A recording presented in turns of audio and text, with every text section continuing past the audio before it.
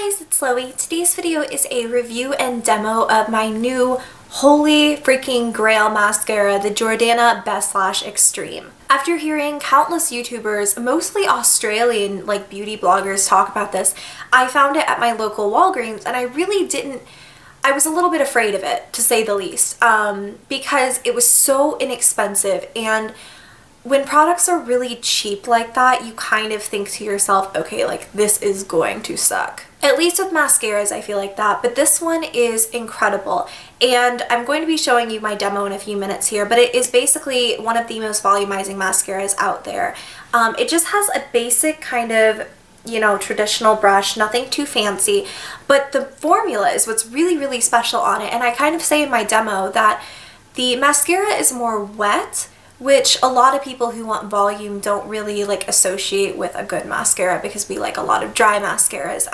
Dry mascaras are easier to build, they're easier to pile on and not look too terribly clumpy, while wet mascaras, you pile on a ton and it's just going to get clumpier and clumpier. However, this one is wet without being too runny, and it really actually works out in its favor. And I just find that you can build so much volume with it.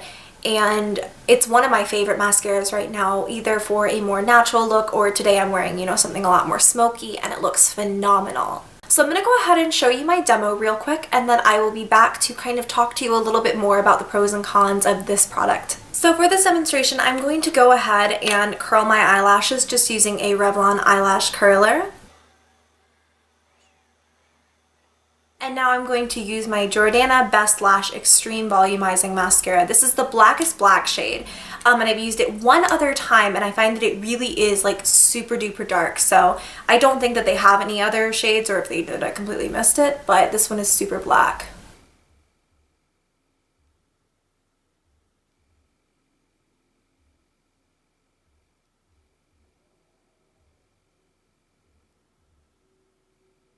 One thing to notice right off the bat is that it is a slightly more wet mascara, and I'm used to using really dry mascaras because I don't have a ton of volume, and dry mascaras are typically really good for building volume, but this one is wet without being goopy, and it actually dries fairly fast, so I don't think that it being a more wet mascara is much of an issue. So now I'm just going to take it on the other side real quick.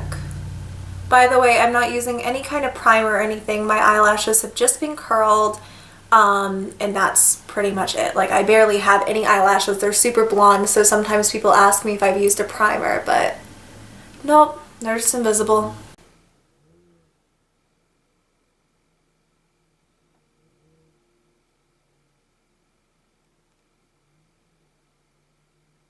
I find it looks nice with one coat, but I really like to go in with a second one and just seriously pump up the volume on this. I find that it just kind of looks a little bit better, especially for my eyes when I have a crap ton of mascara on. So just applying one more coat of that, and you can really tell the difference between my two eyes, when I've got two coats on. At least I think you can. One thing to know with this is that it really can get quite clumpy, and you have to put on a lot for it to get clumpy, and it's not that difficult to separate your lashes, but if you're someone who's anti-clump, this is a way clumpier mascara.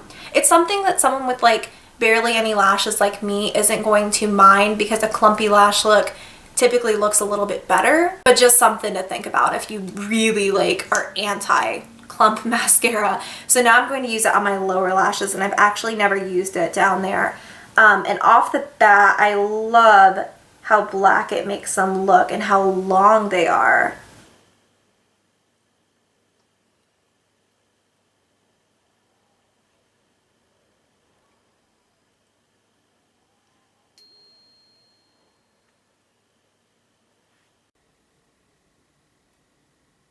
Alright, so the pros. It's super freaking cheap.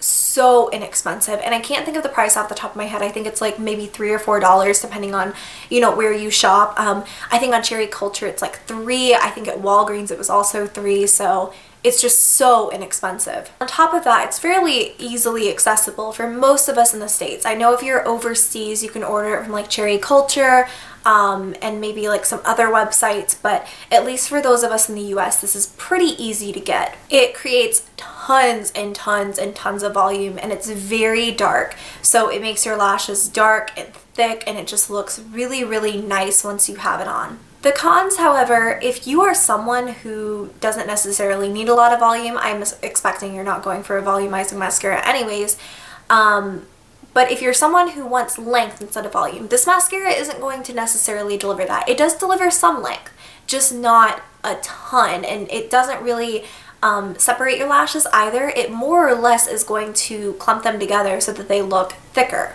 Now, if you have short, stubby lashes like me, you know that's not necessarily a bad thing. But if you're someone who hates the look of clumpy lashes, like you just want a natural, you know, really effortless, easy, everyday mascara look, you're not going to like this. If you are someone who wants the drama, you want crazy thick lashes, and you want a ton of them, I would completely 100% recommend this product. I think it is just one of the best mascaras I've tried in a really, really long time. So there's my review, and I hope you guys found it helpful. I tried to keep it quick and concise.